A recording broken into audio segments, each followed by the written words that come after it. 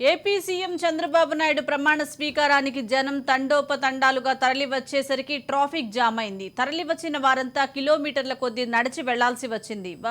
మాజీ మంత్రి పత్తిపాటి పుల్లారావు కారు దిగి స్కూటీపై వేదిక వద్దకు చేరుకున్నారు.